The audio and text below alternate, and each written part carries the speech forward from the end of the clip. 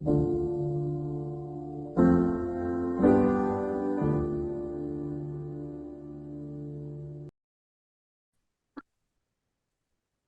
welcome back to another episode of the I'm a Freak Con podcast. Today, I'm happy to be joined by Beatrice. Beatrice, thanks so much for being here. Thank you. I appreciate it. It's like really cool to be on a podcast I've never been on before. Yeah, I'm happy that we're doing this because there's so many guests where we've been arranging it for a while and then it takes a while to happen. But for some reason, this episode in particular feels like it was forever in the making, but we finally made it. I know. We've been like talking about this since last year, right? Or something like that. Yeah, nearly a year ago. I know. Yeah, it's wild. I But apologize.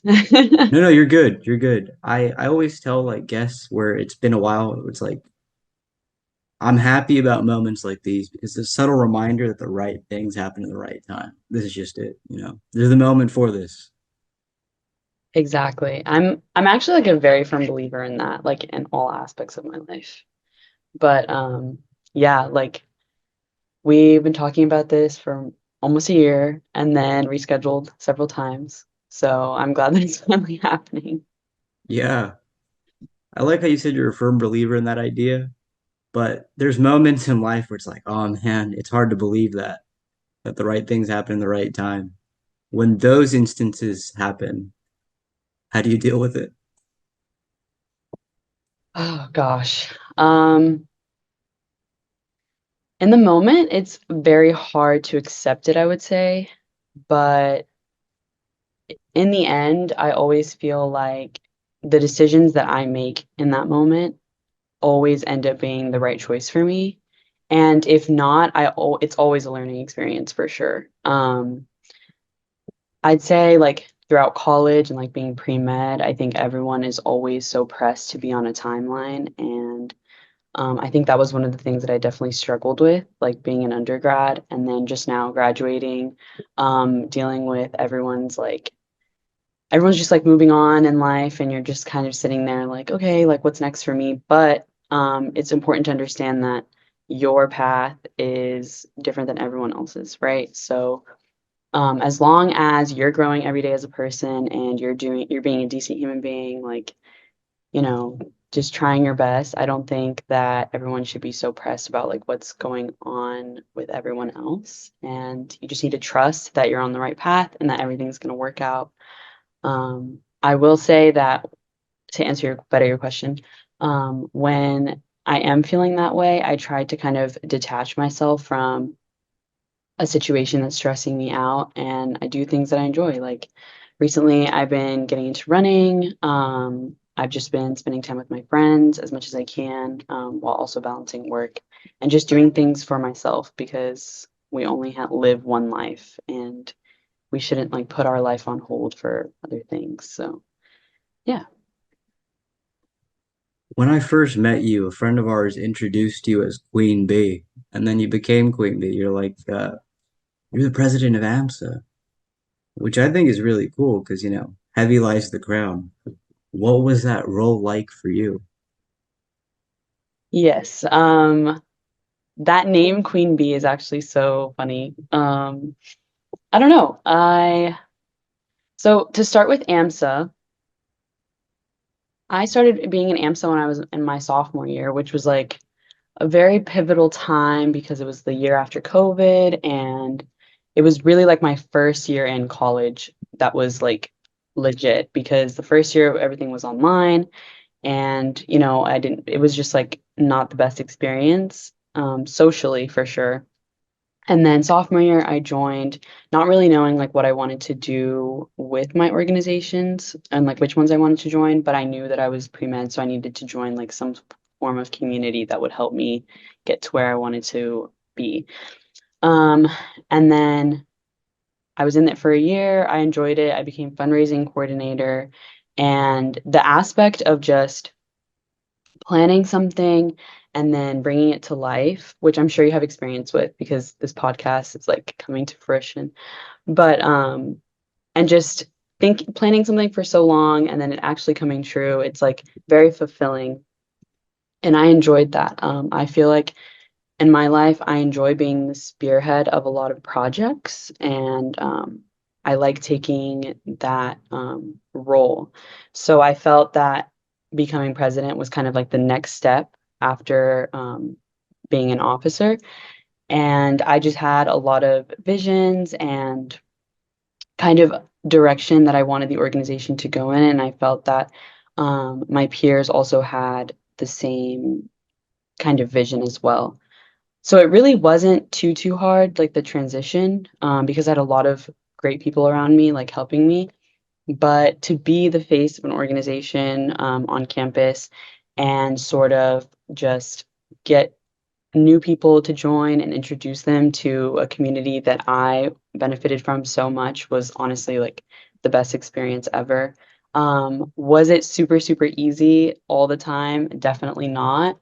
But I think it's an experience that everyone should be able to go through, whether that be president of your organization or just leader of another very fulfilling organization like volunteering or just like something you're very passionate about. I think everyone should find something that they just want to grow in and be better at. So, yeah, Did all your visions come to fruition, or were there some that were just left untouched? that's an awesome question. So yes and no, but it also depends on the perspective that you look at it, right? So, my goal for AMSA was definitely to have a growth mindset, right? I knew that some things that we were doing were really good, and I knew that some things that we were doing kind of needed to change.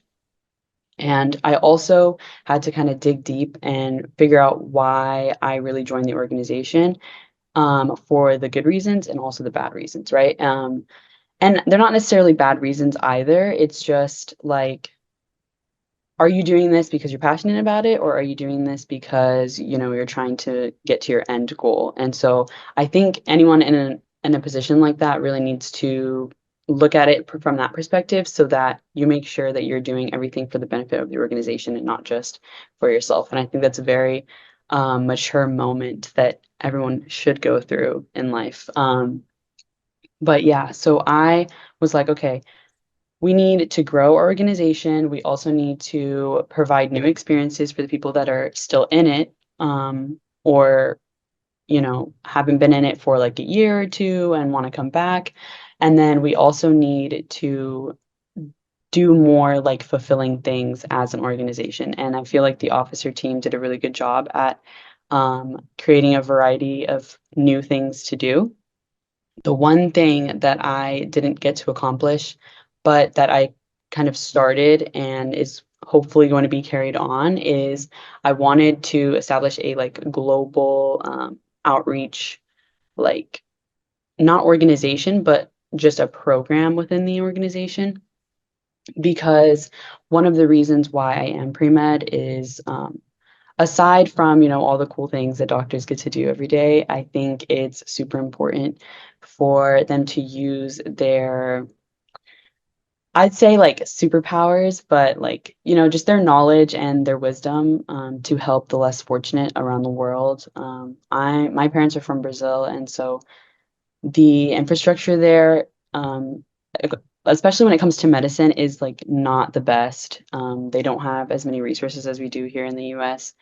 And want to become a doctor. That's one of the like bigger things that I want to do. And what I wanted to do in AMSA is, start that program and get people that have the same sort of vision as me to be able to go abroad and help these individuals in other countries, whether that be in Brazil or like the Middle East or just like any other country that needs help, So yeah. Wow. I'm sure that role has sculpted you in so many ways, but I'm curious, did you notice you sacrificing a part of yourself to take on the responsibilities that it required? At times, definitely. Um, Was so there anything that you feel like, man, I permanently lost that now that I entered this new thing? I wouldn't say permanently lost, just because this semester in particular, I thought like, oh, this is going to be like my super free semester. Like I'm only taking 12 credit hours. Like I have so much time, but that was actually completely the opposite. I think um, at times I would over schedule myself and I would be running around. And sometimes in theory, it's like, okay, I can do all these things in one day, plan it out super well. And then when I'm actually doing it, it's like, wow, okay, I really like underestimated how much time something would take. And like I live with roommates and they would often be like, "Oh, okay, you have AMSET tonight." And I'm like, "Yeah, I do. Like I have all these events to go to." And as the president, I felt that I needed to be at a lot of the events just because like it again, like being in that role, you not only are you leading the organization, but at the same time, you also need to participate and show people that, okay, like she's not just a figurehead, like she's actually like engaging with the members, she's actually going to events and like, you know, trying to be like trying to make that bridge between like the president and their members. Like there has to be some sort of connection that way. And that's something that in previous years, like just being a member, I felt like could have been improved. And some presidents did an amazing job doing that. But yeah, that's the only thing that I would say is sometimes I just felt like I was being stretched out very thin. But I don't necessarily think a part of me was permanently lost. I think that that experience in itself just really I gained more perspective on my life and like I'm super excited about like how I'll be able to be a leader in other roles of my life as well. I like that word that you used, figurehead. Were there ever moments where you did just feel like a figurehead? Yes, definitely. There were definitely some weeks there that especially towards the end of the semester because just in general, I feel like everyone's energy levels. They're just trying to get through the semester, they're trying to get through finals, graduation, like also being pre-med, like you're trying to figure out like, are you applying? What are you gonna do? Like you have to get your materials ready. Yeah, and sometimes I just felt like I was, just there. But like I said, I had a really good team that was willing to help. Anything that I needed or anything I needed help with, they were there. And like the whole part of being the figurehead is also like you have to take criticism from your peers, right? So I would say I did a really good job in using their ideas as well. I knew that I did not want to be that president that just like did whatever I wanted and didn't really listen to anyone else. So I think they really helped me, but sometimes I just felt like, okay, I'm not doing enough. But I think that's also like imposter syndrome, which is like a whole other thing. But yeah. Man, yeah, that is its own thing. What are your thoughts on that, imposter syndrome? I think that it can be very, very draining at times for sure. Um, and it's something that I still struggle with. I'm not even gonna lie. But I think it's also, again, based on perspective. Sometimes there are some situations where I'm like, okay, I'm never gonna get out of this. Like, how am I supposed to get through this? And then I get through it, and I'm like, oh, okay, like it was not as bad as I thought it was. I think that being so young we all like social media and just like outsiders' perspective has such an influence on the way that we, again, like we think that we're supposed to be doing something that is not necessarily for us, or it's like, okay, that person's doing this, like I need to be doing that as well. And again, it's important to take a step back and realize, okay, what is my goal? How do I get there? And like, how do I get there is the important part because it's like other people can get there in other ways but you need to figure out what's the best option for you while also staying like mentally sane and maintaining a social life because at the end of the day, you need to be able to enjoy those things in life. Like you can't just be a robot and, you know, just not do anything for for years and then like go into the world and be like, okay, I'm ready. Like you have to be able to balance it. But yeah. In all the conversations I've had with you, you struck me as a social butterfly. This past year, I don't think I was as involved socially.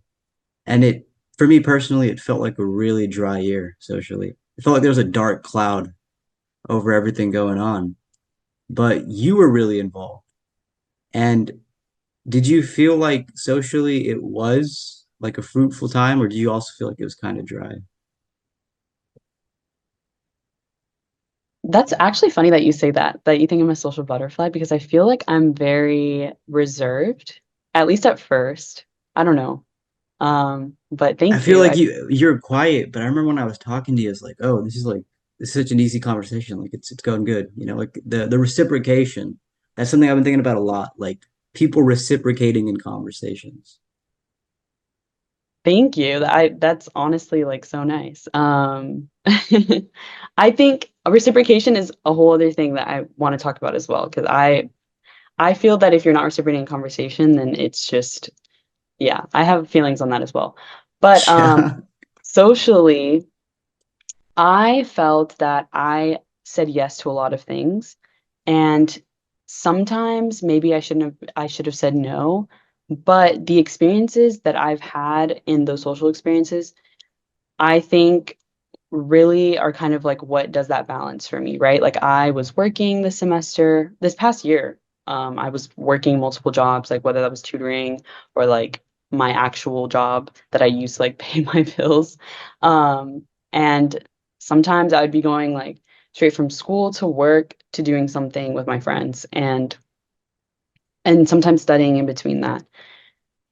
And like, although like maybe I would be a little tired when I came home, like the conversations that I had with my friends and just like getting to know them a little bit better. Like we have this thing where we kind of recap like what's been going on in our lives if we haven't had a chance to talk in a while. And I think those are just really refreshing because you're just like, okay, like everyone is busy, everyone is doing their own thing, but it's when we can come together and just chat about like what's going on and just enjoy each other's company. I think that's like amazing. So, 100% is. 100% is. I remember I consider myself ambiverted. So if I choose, I'll be like introverted. If I choose, I'll be extroverted. But COVID times, I remember I was voluntarily like an isolationist even after all that quarantine was over. And it made me a certain person. But then when I came back to like all the people, I realized, wow, it's refreshing, as you mentioned, because you get to like you learn so much when you talk to different people. You learn so much. It's insane how much you learn. But I want to hear what you have to say about reciprocation. okay. I'm a very like emotional person in the sense that I'm very empathetic towards others, right? In an environment, I'm very observant. I pay attention to certain mannerisms, certain like conversations. Um, like I think it's like my superpower like even if I'm not super 100% sure about like a situation in the moment, somehow like when me and this like another person are talking about this, like whether it's like days later, weeks later, and they're like, actually, like I was feeling this way during that moment, and I was like, I knew that, I just didn't know how to express that to you in that moment because I was like, okay, like I don't know for sure, but yeah, I think it's very important whenever you're just interacting with anyone, like to give them your full attention, to also just pay attention to like what they're saying, reciprocate in that conversation. It just not only are you being like a good person, but it just shows that you care, you know? I'm a big like a big believer in eye contact, like when I'm talking to you in person. And I've been told before, like by my close friends or like some people that I've met for the first time, like sometimes it can be a little bit intimidating. But that's my way of like showing you like, okay, I'm paying attention to your conversation. I don't know if you've experienced that, like when you first met me, or if it was intimidating at all, but yeah, I don't know. I have not experienced that with you. But Okay. people have told me that. They're like, bro, when you're talking to me, it's like you're staring into my soul. I'm like, no, I'm just paying attention. It's all. Exactly. I don't know. Like that's just something that I've always done, and I don't know. I think it just shows that you're very engaged in the conversation and genuine, to be honest. Were you always like that though? Did you always have strong eye contact? Um, I think so. I've never been super outgoing for sure. Like growing up, I think everyone goes through that phase though. Like when you're like just getting into like your teenage years, you're kind of shy. You don't really you don't really necessarily know who you are as a person. I think everyone goes through that. But I think I've always made eye contact with people when I'm talking to them. It's just something that I've always done. I think, yeah, it just comes naturally in that sense. And I think, yeah, I don't know. Yeah. I would like to think that I'm consistent with my eye contact when I'm talking to people, but it wasn't always like that for me. Like when I was younger, I was pretty shy. So like sometimes it'd be like, oh, I wouldn't look a person in their eyes. It's an interesting phenomenon. I don't know exactly what it is, but it makes a difference, eye contact. It really There are does. some things the eyes tell you that words can't. Very true. Very true. I think like on the funnier aspect, I don't know if like your parents were like this. Well, at least like my mom for sure. Like she would give me a look and I would already know. Like if something was wrong, like she would just give me a look and I'm like, okay, like something's wrong. Oh no. My screen. Sorry. You're good. Um, but and then in social situations too, like with your friends and they're in an uncomfortable situation, like you already know, like with their eyes, you don't even they don't even have to say anything. Yeah. And like I said, when I'm talking to someone, I'm very observant, right? So the eyes is something that I always notice. And sometimes I can even tell like how they're feeling. Maybe what they're saying is not necessarily what their emotional state is in, you know? So those really Yes. with those social cues. And come to think of it, I have noticed that about you in all the times that we interacted. Like you are pretty observational. Have you always been observant? No, not always, I would say. How'd that happen for you? Um, I think, like I said, in that very influential time, like when you're growing up, like going from middle school to high school, you don't really know like who you are as a person. You're kind of just trying to like find yourself. One of my things that I struggled with was um, sort of looking at people's situations from an outsider perspective and being like, okay, like why isn't my life like that, right? Like I said, my parents are immigrants from Brazil, so I had a very different lifestyle than like my American peers, you know, like we went through things that necessarily my friends weren't going through. And so I always paid attention to like all my surroundings. I think that also comes from like my parents being a little crazy in the sense they're like, you can't go do this because like what if this happens to you? Like you're a girl, like you have to be very observant of your of what's going on. And so that also, and then just being aware that I didn't like if sometimes if I didn't like the way that someone treated me, like I would have wished that they were paying more attention to like the words that I was saying, but also like my mannerisms and sort of like how that situation not made me uncomfortable, but necessarily didn't make me feel the best. And because I didn't like sometimes the way that people made me feel, it kind of heightened that sense where I was like, well, I need to be more aware of the way that I'm treating people. And like, I never want someone to feel that same way that I felt.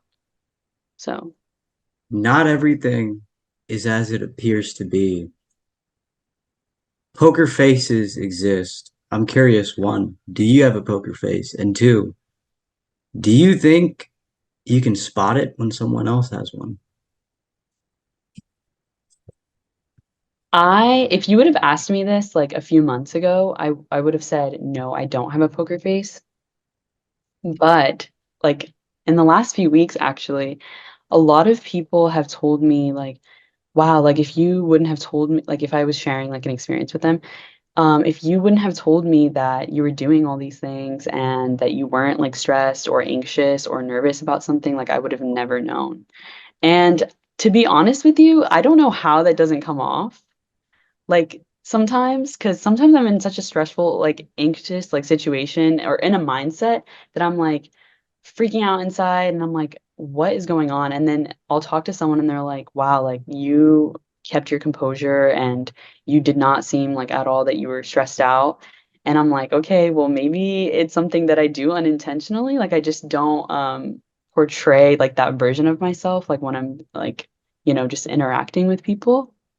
Whether I can spot it on people, um, I'm usually pretty good at it, usually. And emphasis on that part because there have been some times where I've been so sure about someone, like just who maybe how they are as a person, and then they completely like change my perspective. And they might have been that way like at the time, but then they've probably changed. But usually, like based on interactions that I have with people, I can tell like, okay, this is genuine or this is not genuine. But sometimes like they slip through the cracks, and I'm like, okay, like it's either really good that I was wrong about them or sometimes like bad. But that happens. Man, what you said is just so powerful. It's so true. And I'm coming to terms with that more and more, especially in the past year, that the things we see, the things we feel, they're not always necessarily true. They're not necessarily always as we think them to be. It's a hard thing to swallow, but I like that thing you're talking about how you just don't understand how people maybe don't see that, all the stress and whatnot. Um, I feel like I've experienced that too at times, but a story that's kind of parallel to that maybe is Okay. this one time a friend and me, we were coming back home to Houston from Austin. We were driving back in the middle of the night and he was speeding a little, and so a state trooper, he pulled us over. My friend was a little shaky, and the guy like asked him to get out of the car, and then he starts talking to him in the back. And I'm just in the passenger seat, just like kind of half asleep. And I'm like very calm. And so the guy comes over to me and he starts talking to me and asking me all these questions, and I just answer them, plain and simple. And he's like, "Okay, sir, I'm getting a lot of red flags right now because you're very calm, but your friend is scared." I'm like, "Yeah, I just am calm. It's about it." So it's interesting. It's interesting how that happens. Yeah, sometimes I wonder, like, am I like this because of just the way that I grew up? Like, and it wasn't bad at all. Like, I think my parents had like a very, very good way of parenting in the sense that they were very real with me, but they taught me sort of to be like that and just be like a very strong individual. I don't know. I sometimes I wonder like if that's really the reason why I'm like that, or are they just like my life experiences? But yeah, I don't Yeah, know. there's so much that puts us together, and we can't Yeah, quite pinpoint all of it, huh? exactly. Like, how do you feel? Like, did something change in your life that you're like, okay, this is how I am as a person, or like, have you always been like that?